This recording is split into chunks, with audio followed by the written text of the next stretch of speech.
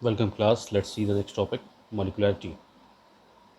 It may be defined as number of reacting species taking part in an elementary reaction which must collide simultaneously in order to bring about a chemical reaction. See, in our last class we have seen that for a reaction, collision between the reacting molecules takes place, and this collision is actually an effective collision. Effective collision means the reactant molecules must have an energy equal to or greater than that of threshold energy, and they must collide in a proper orientation.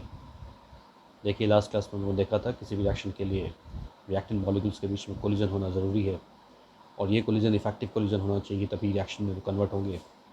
And effective collision का मतलब क्या हुआ कि उनकी energy, जो hypothetical energy barrier है जिसको हम लोग थ्रेशोल्ड एनर्जी कह रहे थे, उससे बराबर या उससे ज़्यादा होनी चाहिए, तभी वो रिएक्शन में कन्वर्ट होंगे और इनको एक प्रॉपर ओरिएंटेशन में भी कोलाइड करना चाहिए। सो इन ए molecularity, it is the number of atoms, ions or molecules which undergo simultaneous collision in a proper orientation in a chemical reaction. तो किसी भी रिएक्शन के दौरान जितने नंबर ऑफ एटम्स, आयंस या मॉलिक्यूल्स एक साथ आपस में कोलाइड करते हैं, यानी एक साथ आपस में कोलाइड करके इफेक्टिव कोलिजन करते हैं और रिएक्शन में कन्वर्ट होते हैं एक प्रॉपर ओरिएंटेशन में, उसको हम लोग कहते हैं molecularity of the reaction. So on the basis of simultaneous collision between the molecules, atoms or ions, reactions may be classified into three types. First is unimolecular reaction. In this case, the molecularity is 1. So, in such type of reactions, only one reactant is involved in the reaction.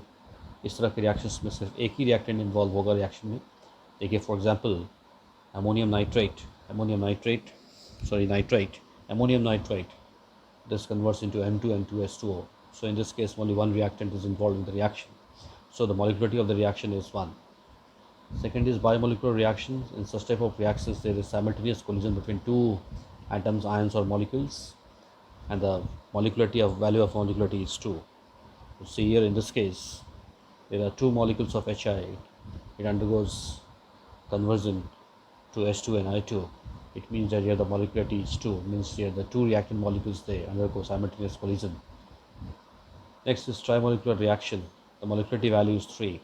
In such type of reactions, there is simultaneous collision between the three species, यानी तीन atoms या molecules या ions के बीच में आपस में collision होगा, यानी इफेक्टिव कोलिजन होगा एक प्रॉपर ओरिएंटेशन में. इसको हम लोग बोलते हैं trimolecular reactions. For example see here 2FeCl3 plus SnCl2, this gives 2FeCl2 plus SnCl4. So in this case, see here the two molecules of FeCl3 and one molecule of SN2, they undergo simultaneous collision and converts into product or convert into reaction. So this reaction is trimolecular reaction. Molecularity greater than 3 is not observed because the probability of simultaneous collision between more than 3 reacting species is very less. देखिए molecularity तीन से ज़्यादा का कोई significance नहीं है. इसका मतलब इसका रीज़न क्या है, क्योंकि तीन से ज़्यादा एटम्स, आयंस और मॉलिक्यूल्स का साइमल्टेनियस कोलिजन एक प्रॉपर ओरिएंटेशन में, ये इसकी प्रोबेबिलिटी बहुत कम होती है, जिसकी वजह से there is no significance of molecularity greater than 3. Next is molecularity is a theoretical concept. ये एक थ्योरेटिकल कॉन्सेप्ट है, यानी कि molecularity can be determined from balance chemical equation. किसी भी बैलेंस केमिकल इक्वेशंस में, यानी कि लॉ ऑफ मास एक्शंस के अनुसार जो हम लोग देखते हैं कितने मॉलिक्यूल्स पार्टिसिपेट कर रहे हैं रिएक्शंस के अंदर, वही उस रिएक्शन की मॉलिकुलरिटी कहलाएगी. So it is a theoretical concept. Molecularity is always a whole number value. ये हमेशा एक होल नंबर वैल्यू है, means it cannot be zero, fractional और negative. It is applicable to elementary reactions वाली. आपको पता है कि elementary reactions are those reactions which takes place in one step. तो वन स्टेप रिएक्शंस के अंदर ये एप्लीकेबल है, और यानी कि उस एलिमेंट्री रिएक्शंस के अंदर, वन स्टेप रिएक्शंस के अंदर जितने नंबर ऑफ मॉलिक्यूल्स रिएक्टेंट्स के आपस में कोलाइड करेंगे, साइमल्टेनियस कोलिजन करेंगे, एक इफेक्टिव कोलिजन करेंगे प्रॉपर ओरिएंटेशन में, तो उसको हम लोग कहेंगे क्या, that is the molecularity of the reaction. लेकिन अगर कॉम्प्लेक्स रिएक्शंस में देखेंगे, there is no significance of complex reactions, क्योंकि complex reactions they involve more than one steps, means they completes in two or more than two steps, and in such type of reactions each step is an elementary reaction. तो हम लोग क्या करते हैं कि यहाँ पे कॉम्प्लेक्स रिएक्शंस के अंदर एक से ज़्यादा स्टेप्स होते हैं, और प्रत्येक स्टेप्स के लिए हम लोग यहाँ पे मॉलिकुलरिटी को निकालते हैं. तो इस तरीके से कॉम्प्लेक्स रिएक्शंस के लिए भी मॉलिकुलरिटी का कोई सिग्निफिकेंस नहीं है.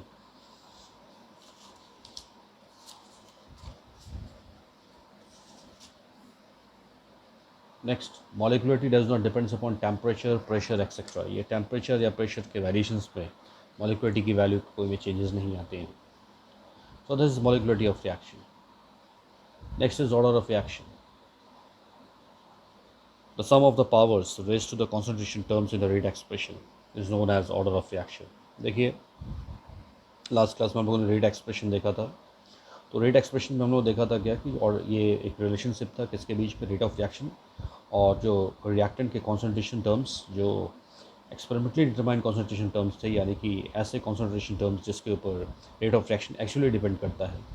तो ये रेट एक्सप्रेशन था। तो रेट एक्सप्रेशंस के अंदर जितने कॉन्सेंट्रेशन टर्म्स इन्वॉल्व हैं उन्हीं के पावर्स का सम ये ऑर्डर ऑफ रिएक्शन कहलाता है। तो यहाँ पर रेट एक्सप्रेशन मेंशन करना ज़रूरी है, याद रखिएगा। For example C,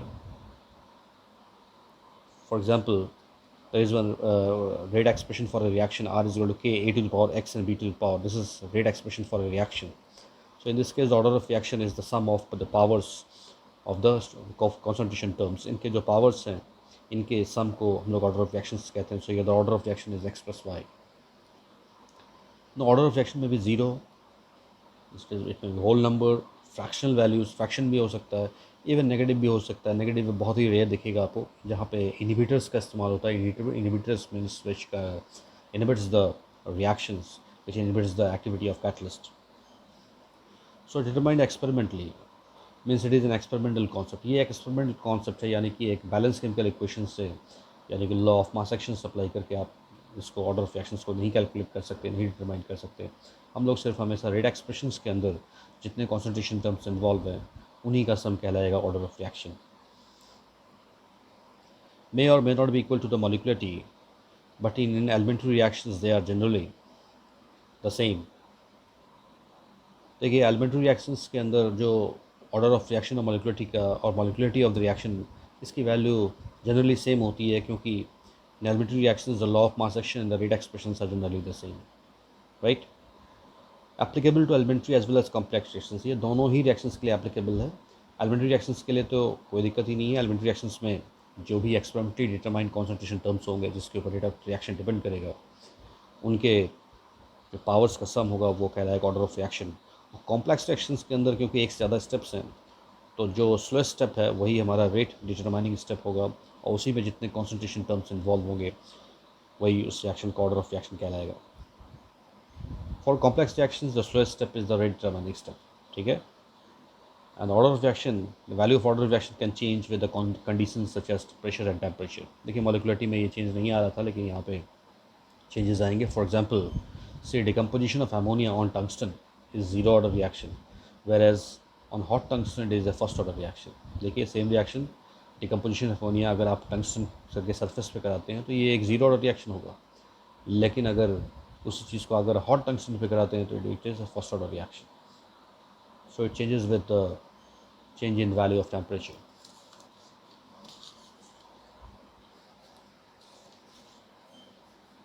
next, order of most of the reactions is 2 और 3, 1, 2 और 3।